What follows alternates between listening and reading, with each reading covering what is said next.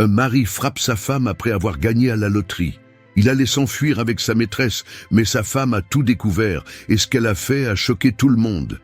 Emma ajusta le col de son chemisier devant le miroir, tentant d'ignorer le regard pesant de Raphaël assis sur le lit. Elle savait que le moindre faux pas pouvait déclencher une remarque acerbe. « Tu vas encore t'habiller comme ça pour le travail? Tu veux aguicher qui exactement ?» Sa voix était glaciale, mêlant dédain et suspicion. Emma ravala sa réplique, habituée à ses reproches. Depuis quelque temps, chaque geste, chaque mot était passé au crible par son mari. Elle descendit préparer le petit déjeuner, espérant que le café adoucirait l'humeur de Raphaël. Mais lorsqu'il entra dans la cuisine, son regard s'assombrit en voyant le pain grillé sur la table. « Combien de fois je t'ai dit que je préfère des croissants? Tu n'écoutes jamais, Emma. » Elle s'excusa machinalement, sachant que toute justification ne ferait qu'empirer les choses. Il prit une gorgée de café et grimaça. « C'est amer, comme toi récemment. » Un frisson lui parcourut l'échine. Ces dernières semaines, Raphaël était devenu de plus en plus imprévisible, oscillant entre indifférence et hostilité. Il rentrait tard, souvent imbibé d'alcool, évitait son regard et trouvait le moindre prétexte pour la rabaisser. Emma s'installa dans le bus pour le travail, fixant son reflet dans la vitre. Une femme fatiguée, les traits tirés, un sourire disparu depuis longtemps. Quand avait-elle cessé d'être elle-même? Au bureau, Camille l'attira de ses pensées. « Emma, ça va?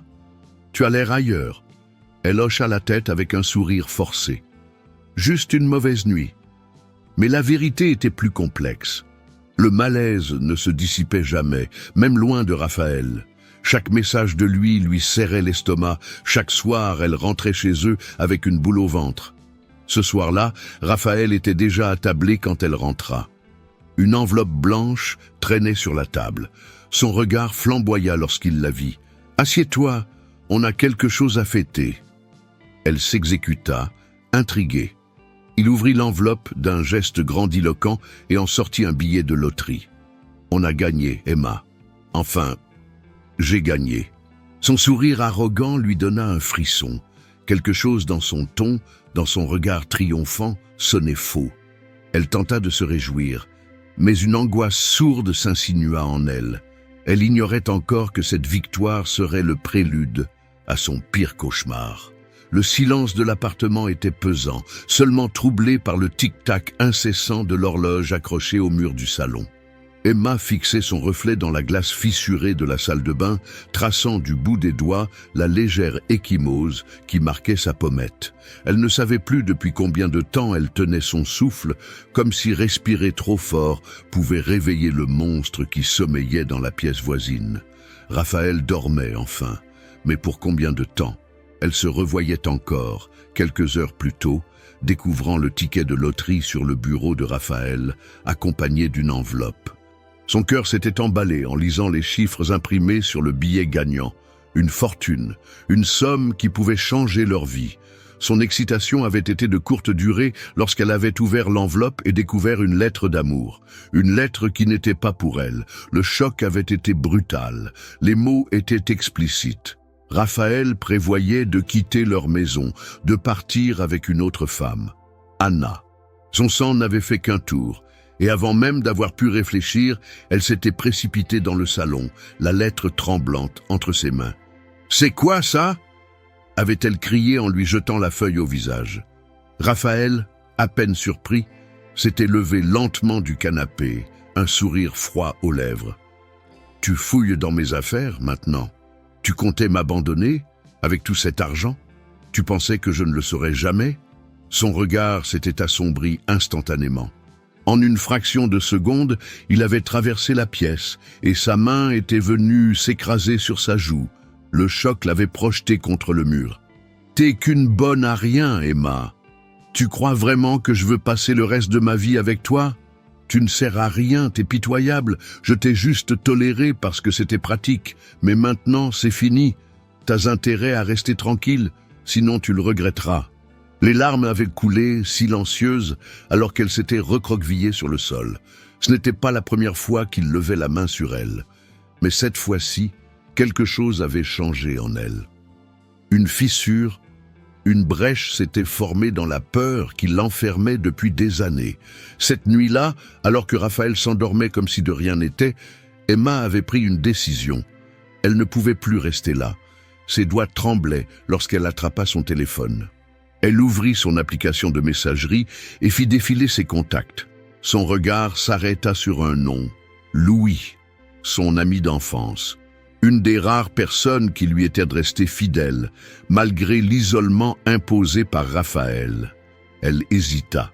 Il était tard. Et si elle se trompait? Et si personne ne la croyait? Non, plus d'excuses, plus de peur. D'une main moite, elle tapota un message. « Louis, j'ai besoin de toi. Raphaël, il m'a frappé. Il ne me laissera jamais partir.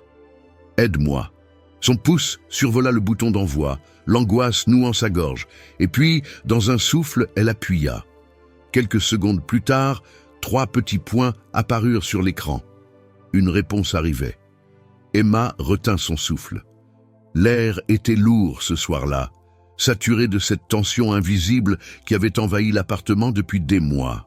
Emma s'était habituée à marcher sur des œufs, à surveiller chaque mot qu'elle prononçait, chaque geste qu'elle faisait. Pourtant, une partie d'elle refusait de croire que tout ça était réel. Comment en était-elle arrivée là?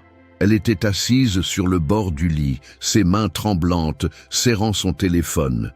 Elle venait de recevoir un message de Sophie, sa meilleure amie, celle qui n'avait jamais cessé de lui tendre la main, même quand Emma se refermait sur elle-même. « Sophie, Emma, je t'en supplie, parle-moi. Je suis inquiète, il ne changera pas. Tu dois penser à toi. » Les mots de Sophie résonnaient en elle comme une cloche assourdissante. Elle savait que son amie avait raison, mais la peur l'étouffait. Raphaël était imprévisible. Elle s'était accrochée à l'espoir qu'il redeviendrait l'homme qu'elle avait aimé autrefois. Mais chaque insulte, chaque regard plein de mépris, chaque humiliation la ramenait à une réalité glaçante. Cet homme n'était plus celui qu'elle avait connu. Ou peut-être qu'il ne l'avait jamais été. Ce soir-là, Raphaël rentra tard. L'odeur de l'alcool et du parfum féminin le précédait. Emma sentit son cœur s'accélérer. Elle savait que ce n'était pas le moment de poser des questions, de chercher des explications. Mais l'image d'Anna s'imposa à elle. Cette femme qui occupait les pensées de son mari, qui avait pris sa place dans son cœur. Elle prit une inspiration tremblante et osa murmurer « Tu étais avec elle, n'est-ce pas ?» Raphaël s'arrêta net, son regard s'assombrissant en une fraction de seconde. Il la scruta, un sourire moqueur au coin des lèvres. « Et si c'était le cas, tu crois vraiment que j'ai encore envie de rentrer ici et de supporter ta tête déprimée tous les soirs ?» Les mots la frappèrent de plein fouet, comme une gifle invisible. Raphaël ricana en voyant son expression. « Regarde-toi, Emma, tu es pathétique, tu ne sers à rien. Même avec tout cet argent, tu restes la même femme fade et inutile. Tu veux savoir pourquoi je vais voir ailleurs? Parce qu'au moins elle sait ce qu'elle veut. » Un silence glacé s'installa. Emma sentit les larmes monter, mais cette fois, quelque chose était différent. Ce n'était pas seulement de la douleur, c'était une prise de conscience brutale. Elle n'était pas le problème, elle ne l'avait jamais été. Elle se leva lentement, fixant Raphaël avec une intensité qu'elle ne s'était jamais permise auparavant. Il fronça les sourcils, surpris par son attitude. « Quoi? Tu vas pleurer, comme d'habitude ?» Elle inspira profondément et murmura d'une voix tremblante, mais ferme. « Non, je vais partir. » Un éclair de rage traversa le regard de Raphaël. « Qu'est-ce que tu racontes? » « J'en ai fini avec toi, Raphaël. » Elle n'avait jamais vu son expression changer aussi vite. Il avança vers elle, menaçant. Mais Emma ne recula pas. Pour la première fois, elle le regarda sans peur. Raphaël éclata de rire, mais ce rire était teinté de nervosité. Il ne croyait pas un mot de ce qu'elle disait. Mais Emma savait qu'elle ne reculerait plus.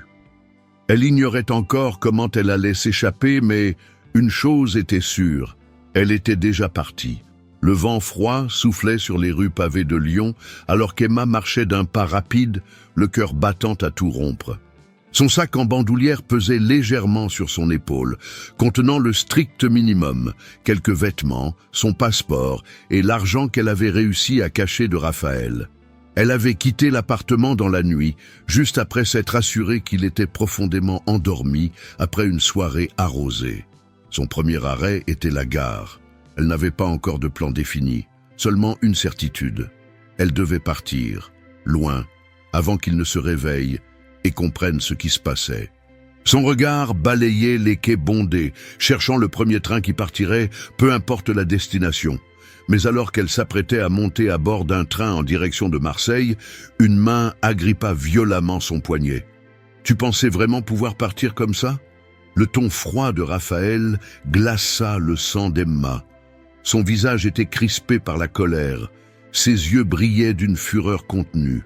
Comment l'avait-il retrouvé aussi vite ? « Lâche-moi » murmura-t-elle en essayant de dégager son bras. « Tu crois pouvoir me ridiculiser ? Me quitter comme une moins que rien ?» Il raffermit sa prise, attirant Emma plus près de lui. Elle sentait l'odeur de l'alcool mêlée à son parfum cher, une odeur qui, autrefois, était rassurante, mais qui aujourd'hui l'écœurait. « Je t'ai toujours dit que tu m'appartiens. » Emma, la peur la paralysa. Autour d'eux, les voyageurs vaquaient à leurs occupations, ignorant la scène ou la fuyant du regard. Personne n'intervenait. Elle devait se débrouiller seule. « Je ne suis à personne », dit-elle avec une force qu'elle ne se connaissait pas. Elle utilisa toute l'énergie qu'elle avait pour se dégager et, dans un geste instinctif, elle planta ses ongles dans sa main pour le forcer à la lâcher. Il grimaça de douleur, desserrant son emprise juste assez pour qu'elle puisse reculer. « Emma, tu ne t'en tireras pas comme ça !»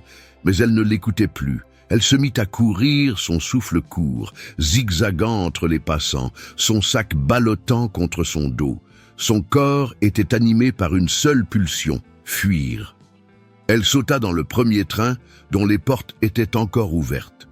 Les battements de son cœur résonnaient dans ses tempes, alors qu'elle s'effondrait sur un siège vide. Le train démarrera quelques secondes plus tard, et ce n'est qu'alors qu'elle osa regarder par la fenêtre. Raphaël était là, debout sur le quai, les poings serrés, le regard noir de rage.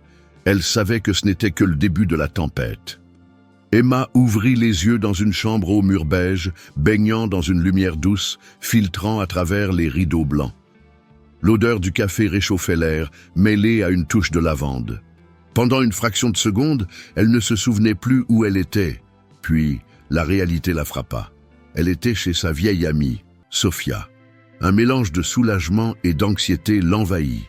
La veille, après avoir fui la maison qu'elle partageait avec Raphaël, elle était arrivée ici, à bout de force, grelottante, un sac à la main et des ecchymoses encore visibles sur sa peau. Sophia, bouleversée, l'avait accueillie sans poser de questions, lui offrant un bain chaud, des vêtements propres et un repas qu'elle avait été incapable d'avaler. La nuit avait été agitée, ses cauchemars ponctués par la voix de Raphaël qui l'insultait et les images de son poing s'écrasant sur elle. Emma sortit du lit et enfila un pull trop grand laissé sur une chaise. Lorsqu'elle entra dans la cuisine, Sophia l'attendait avec une tasse de café fumant. « Bien dormi ?» demanda-t-elle doucement. Emma haussa les épaules, incapable de mentir. Sophia posa sa main sur la sienne. « Tu es en sécurité ici, Emma. Je suis là pour toi. » Les larmes montèrent instantanément aux yeux d'Emma, qui se mordit lèvres pour ne pas craquer. « Je ne sais pas par où commencer, » murmura-t-elle. « Je n'ai rien, pas d'argent, pas de travail. Il va me retrouver. On va trouver une solution ensemble. Mais d'abord, il faut que tu portes plainte. » Le mot glaça Emma. Elle imagina le regard de Raphaël, son sourire narquois, sa capacité à retourner chaque situation en sa faveur. « Il dira que je mens, que je suis instable, hystérique. C'est pour ça que tu ne seras pas seule, » coupa Sophia. « J'ai un ami, Augustin. Il est avocat, il peut t'aider. » Emma sentit une boule dans sa gorge. L'idée d'affronter Raphaël la terrifiait, mais rester passive était encore pire. « D'accord, » murmura-t-elle. Le lendemain, Emma rencontra Augustin dans le petit bureau de son cabinet. Il était grand, la quarantaine, les yeux pénétrants et la voix rassurante. « il écouta attentivement son histoire sans l'interrompre. Lorsqu'elle eut fini, il hocha la tête. « Ce qu'il t'a fait est inacceptable, et nous allons le faire payer. » Ces mots résonnèrent en elle comme une promesse. « Il a du pouvoir, » murmura-t-elle. « Des contacts. »« Et moi aussi, » répondit Augustin avec un sourire en coin. Emma sentit pour la première fois depuis longtemps une lueur d'espoir. Les jours suivants furent remplis d'émotions contrastées. Elle était terrifiée à l'idée des représailles de Raphaël. Mais en même temps, elle ressentait une force nouvelle naître en elle. Avec l'aide de Sophia, elle commença à chercher du travail. Augustin, de son côté, entama les démarches légales, demandant une ordonnance de protection en urgence. Un matin, alors qu'elle sirotait son café, son téléphone vibra. Un numéro inconnu. Son cœur rata un battement. Elle répondit en tremblant. « Emma, c'est moi, Anna. » Le sang d'Emma se glaça. Pourquoi l'amante de Raphaël l'appelait-elle? « J'ai besoin de te voir, c'est urgent. » Emma sentit une sueur froide lui parcourir le dos. Que voulait-elle lui dire? Le silence pesait lourdement dans l'air glacial de cette matinée parisienne. Emma fixait son reflet dans le miroir de la chambre d'hôtel où elle s'était réfugiée depuis plusieurs jours. Ses yeux fatigués, cernés par l'insomnie et l'angoisse, brillaient pourtant d'une lueur nouvelle, celle de la détermination. Elle savait que ce jour devait arriver. L'affrontement avec Raphaël était inévitable. Il l'avait privée de tout, de sa dignité, de sa liberté, de ses rêves. Mais aujourd'hui, elle refusait d'être une victime de plus. Elle allait reprendre ce qui lui appartenait. Elle inspira profondément, ferma les yeux une dernière fois, puis sortit. Le trajet jusqu'à leur ancienne maison lui parut étrangement court. Ses mains tremblaient légèrement lorsqu'elle poussa la porte. L'endroit portait encore les marques de leur passé commun. Les photos encadrées, le parfum familier de Raphaël, l'ombre de la vie qu'ils avaient construite et qu'il avait détruite. Et là, il était, assis dans son fauteuil en cuir, un verre de whisky à la main, comme si de rien n'était. Son regard se posa sur elle avec ce mépris habituel, ce même regard qu'il avait brisé tant de fois. « Qu'est-ce que tu fais ici ?» demanda-t-il d'une voix lasse, comme si sa simple présence était une nuisance. Emma ne répondit pas immédiatement. Elle s'approcha lentement, plantant ses yeux dans les siens. Elle n'était plus la femme soumise qu'il connaissait. « Je viens récupérer ce qui m'appartient. » Il ricana, se levant lentement, posant son verre sur la table basse. « Tu n'as plus rien ici, Emma. Tout ce que tu avais, je te l'ai pris. Et tu sais quoi? Ça m'a fait un bien fou. » Son cœur battit plus vite, mais elle ne laissa pas la peur reprendre le dessus. Elle serra les poings. « Je sais ce que tu as fait, Raphaël. Je sais pour la loterie, pour Anna. Tu pensais que j'allais me laisser détruire sans rien faire ?» Son visage se ferma instantanément. Son sourire condescendant s'effaça. « Tu n'as aucune preuve. Et même si tu en avais, personne ne te croirait. Tu n'es qu'une pauvre femme brisée, Emma, une ratée. » Elle sourit à son tour, mais cette fois, c'était elle qui menait le jeu. « C'est là que tu te trompes. J'ai tout, Raphaël. Les documents, les transferts bancaires, les enregistrements. Tu m'as peut-être sous-estimé toutes ces années, mais aujourd'hui, c'est fini. » Il pâlit. Pour la première fois, elle vit la peur dans ses yeux. « Qu'est-ce que tu veux ?» Sa voix n'était plus aussi assurée. Emma s'approcha encore, presque à le toucher. « Ce que je veux, te voir tomber, te voir payer pour tout ce que tu m'as fait. Et crois-moi, ce n'est que le début. » Elle tourna les talons, laissant Raphaël figé dans son angoisse. Cette fois, c'était lui qui était pris au piège. Elle était enfin libre. Alors qu'elle franchissait la porte, elle entendit un bruit sourd derrière elle, un verre brisé, un cri de rage. La tempête était passée. Emma fixait l'horizon depuis le balcon de son nouvel appartement, situé dans un quartier paisible de Lyon.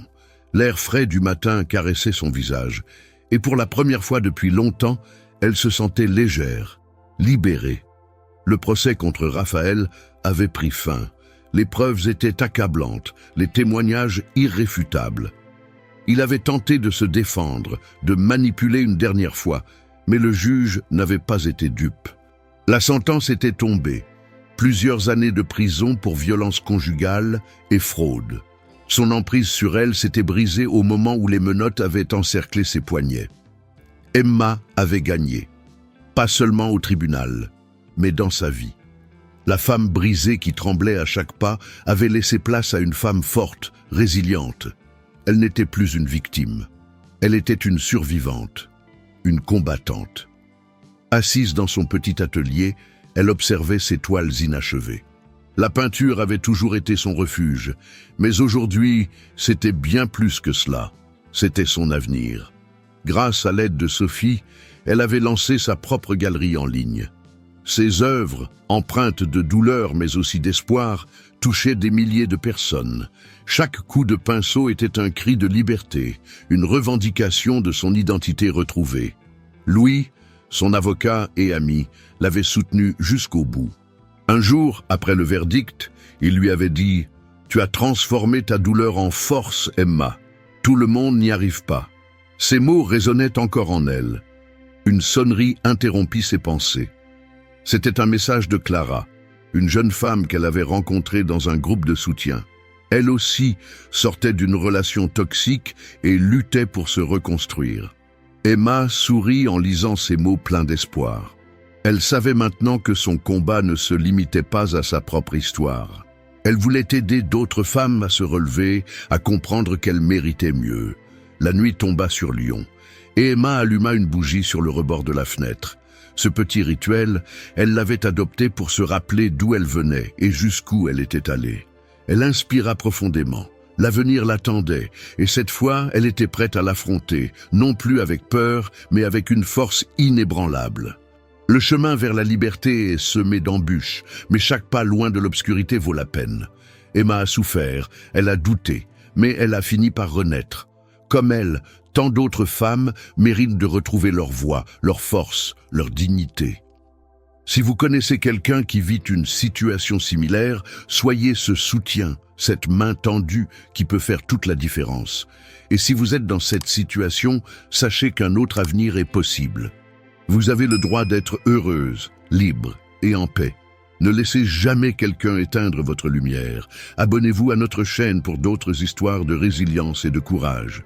Partagez ce récit pour inspirer et sensibiliser. Ensemble, nous pouvons briser le silence.